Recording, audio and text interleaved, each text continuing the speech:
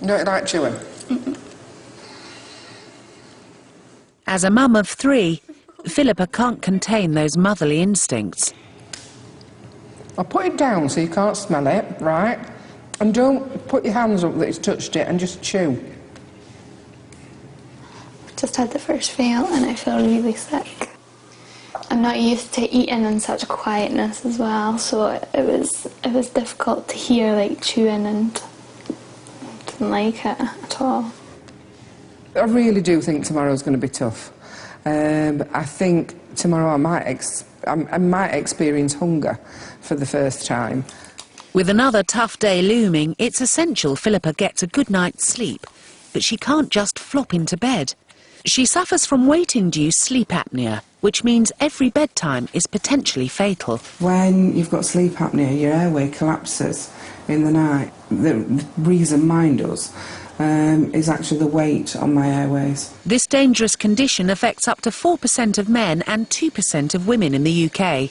If left untreated, it can lead to heart attacks, irregular heartbeat, high blood pressure and strokes. Sufferers may have to wear a special airway pressure machine at night to control these risks. One of the first ways that we treat sleep apnea is to encourage our patients to lose as much weight as possible. And in Philippa's case, as she starts to lose the weight, she'll see her sleep apnea improving dramatically. Day 2 dawns, and Gillian is far from bright and breezy. Been sick this morning. I've got a really sore head. I think I've got caffeine withdrawal, so the years of diet, drinks are catching up with me, I think. Meanwhile, Phil is preparing to launch the day's first food attack on Jill, and it's breakfast. So, ready, aim, fry. For Phil, it's a diet pop breakfast, but it's Gillian who's got a problem with her bumper brekkie. What don't you like about egg yolk? The texture. I've never liked egg yolk. It spoils a toast. One key observation I would make about Gillian is that she seems very childlike by her reluctance to try new things, her immature palate and a host of irrational phobias. Gillian agrees to give the egg a go, but if at first you don't succeed, try. Don't smell it, just put it in your mouth. Try. And that's not even a mouthful, is it? It's just kind of... So silly. And try again. And she's cracked it. Just chew it, and the toast will take over. It was quite tough because the foods I don't like, but I tried them and I did eat much more than I would usually eat, so I think I've done well in that respect, that I've probably eaten what I would usually eat in a day. It's been a long liquid-fueled day for Phil, but dinner time brings more solid respite in the form of a small salad and a mini quiche. Oh, and a diet fizzy drink for good measure. And for Gillian, it's heaps of mashed potatoes with pork and apple. It's been a difficult day for both of us, because I normally would have eaten 3 meals by now, and I've actually had 2 drinks and what I would call a snack rather than a meal, because my body's obviously going to be screaming at this point, you know, saying, please feed me, because you normally feed me at regular intervals. How does it make you feel seeing that? I could kill you. If I've prepared something with love for somebody that I want to prepare that food for, and then they don't eat any of it, that kind of rejects me and my love, and I've got to find some other way of showing and receiving love other than food. Love comes from the heart and not the belly. Exactly. Being nurses, I think we both care about other people in our lives, like we've gotten lost in the middle of it and forgotten about ourselves, so I think we've gone opposite directions, but our situations are actually very similar, that it's affecting both of our health. After dinner, whilst looking at some old photos, Gillian opens up to Philippa about the trigger for her eating problems. She traces it back to the premature birth of her second daughter. So why do you think you did stop eating? When she was in hospital, you grab what you can when you can because you want to be with them, and then I would miss meals. I've just got into a habit of not eating, and because it's become a habit, I don't recognise hunger anymore. So why would I eat if I'm not hungry? Well, you'd eat and because you're a role model to your children. I don't let them off with not eating their dinner. I don't let them off with eating rubbish, so why should I eat it? It's so hypocritical of me, and I've got to lead by example. Breakfast on day 3 is a slurpalicious surprise for Phil. Yet another fizzy diet drink. While it's cereal and toast for Gillian, or at least that's what it looks like. It looks like a scraping off the bottom of a foot, a big piece of... You look at things and kind of look at it in a way that it relates to something that's unappetising and isn't pleasant. It wouldn't be so bad if it didn't have milk in it, I think. Gillian's dislike of most calcium-rich foods means she rarely eats them, which throws up major concerns about the health of her bones. I think this puts her at a real risk of osteoporosis, so I'm sending her for a bone scan to see if my concerns are justified. I'm here for the bone density scan. I'm really scared. What if I have it? You know, I don't know if I want the answers. If I do have osteoporosis and the results are positive, I'll be absolutely devastated because I'm only 24, and to know that I've been doing that to my body for so long, it's quite scary. To keep your bones healthy, you should ensure you include calcium-rich foods such as milk and dairy products in your diet. Dairy foods are also good sources of protein and micronutrients. Other good sources of calcium are green veg such as broccoli and curly kale, whole canned fish with soft bones like sardines, and nuts, especially almonds and Brazil nuts. The potential consequences of Gillian's gross undereating are shocking, and Dr. Jessen hopes in forcing her to face them, she'll begin to see the realities of her terrible diet. Come on here and have a look at these pictures that I've done. Those ribs are very, very, very prominent. There's nothing covering them at all. And your tummy and your hip, I mean, there's nothing there. I want to draw attention to this region down here, okay? Your pelvic region. And I know you haven't had a period for 18 months, have you? Why? Because I'm too thin. Because you're too thin, because you're underweight. Your body has shut itself down in alarm that it's starving and it will not waste blood through a period. That's frightening. Come on, isn't it? Definitely. A healthy body should have around 22% body fat. The body's fat cells release estrogen and other hormones which stimulate and control the menstrual cycle. A body with less than this will soon have too few fat cells, which could lead to infertility. I never realised you could see the spine and... It's so prominent because there's nothing covering it. the skeletal, that's horrible. I sent you for a bone scan. Now your spine is okay. Your hips are absolutely not okay.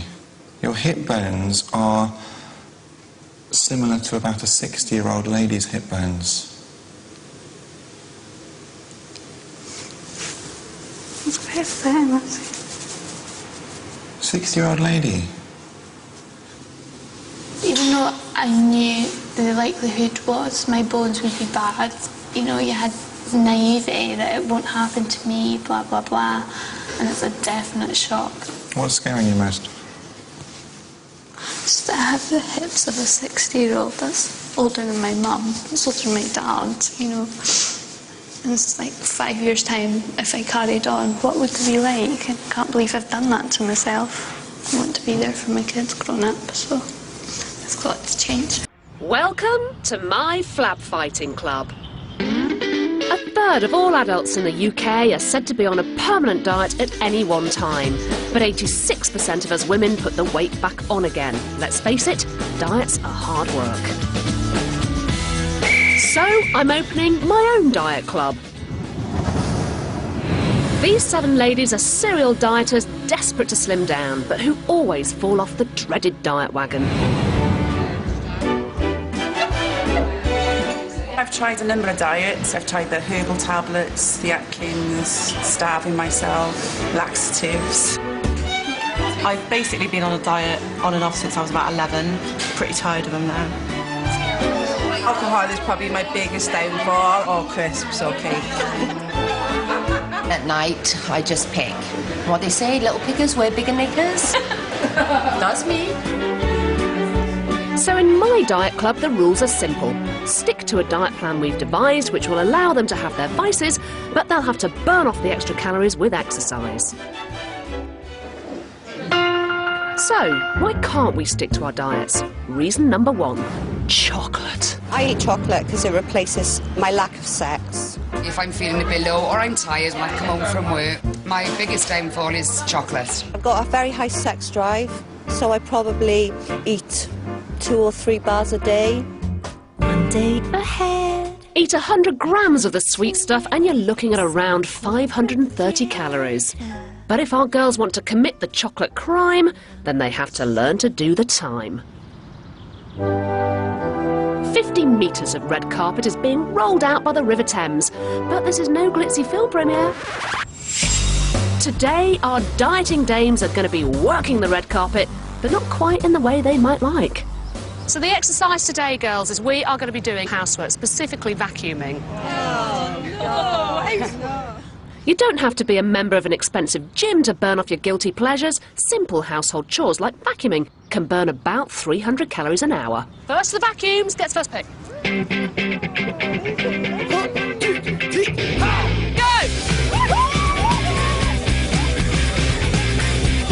Whoa!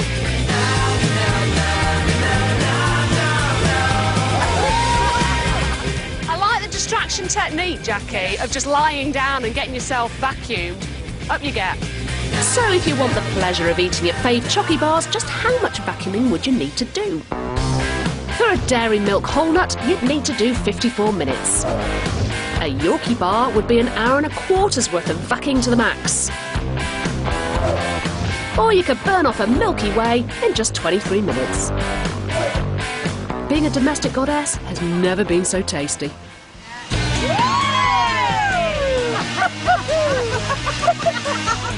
Just think, chocolate, chocolate, chocolate. How many chocolate bars do you reckon we've worked off now? Probably not even 1 yet. It's hot, isn't it? It's hard work. Very. How are you feeling, ladies? Tired. Are you really tired? Yeah. The girls are not happy. In the coming weeks, I'll be introducing them to a unique way to burn off the calories in their favourite treats, and just to make sure they're sticking to my diet club rules, they'll be weighed in each week. 3 1/4.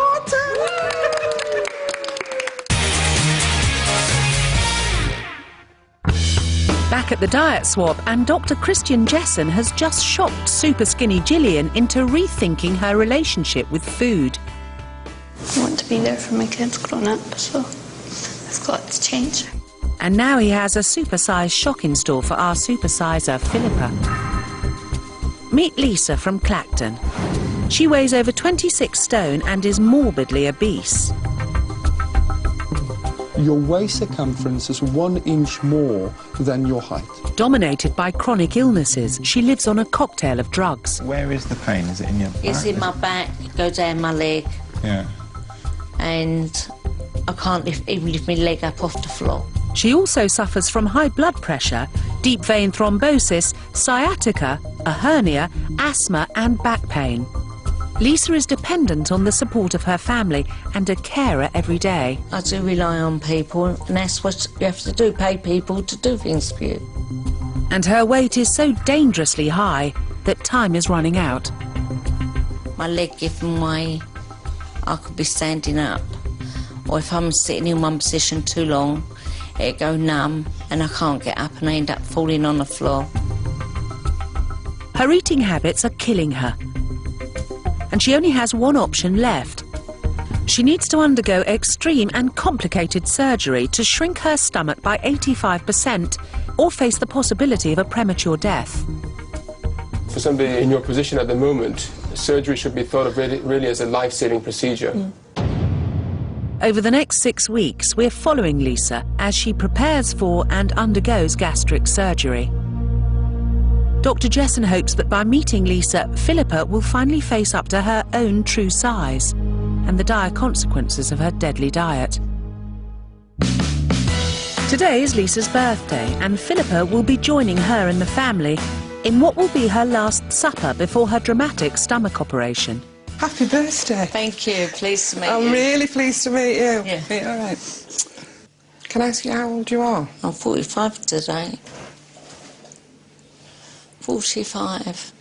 I'm 48. I sit and I used to sit and binge eat. If nobody's about, thinking, oh, well, no one's watching me, eat. Yeah. I love my food. I'm a chef. Every type of food I like. That's how I am.